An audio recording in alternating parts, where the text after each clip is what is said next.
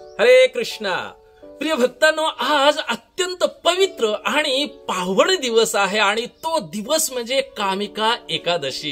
प्रिय भक्तांनो, एकादशी व्रत हे भगवंतांना अत्यंत प्रिय आहे. जो कोणी एकादशी व्रताचं पालन करते त्या व्यक्तीवर भगवंत भरभरून कृपा करतायत.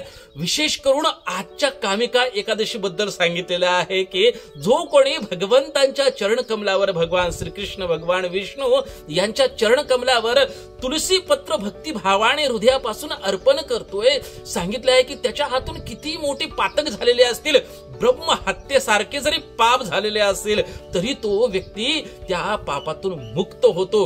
आणि जो कोणी भगवंतांच्या प्रसन्नतेसाठी, भगवंतांच्या संतुष्टीसाठी, आनंदासाठी त्यांची सेवा करतोय, त्यांच्या नामाचा जप करतोय, तो व्यक्ती जो आहे तो पापातून तर मुक्त होतोच होतो, परंतु त्यांची भरभरून कृपा प्राप्त करतो. आणि संत देखील सांगतायत, कंठी मिरवा तुळशी व्रत करा एकादशी, म्हणवा हरीचे दास तुका म्हणे मज हेची आस. आपल्या संतांनी सुद्धा आपल्याला सांगितलेलं आहे की आपण गळ्यामध्ये तुळशी माळा धारण केली पाहिजे आणि एकादशी व्रताचं आपण पालन केलं पाहिजे. तर चला, उपवास म्हणजे की आजच्या दिवशी आपण भगवंतांच्या जवळ हृदयाने वास करायचा आहे. चेतनेने, आध्यात्मिक चेतना ठेवून त्यांच्या चरणकमलाशी आपण वास करायचा आहे. आपण सर्वजण जे आहे ते एकादशी व्रताचं पालन करूया, जास्तीत जास्त भगवंतांच्या नामाचा जप करूया आणि त्यांच्या जवळ आपण वास करूया. हरे कृष्णा.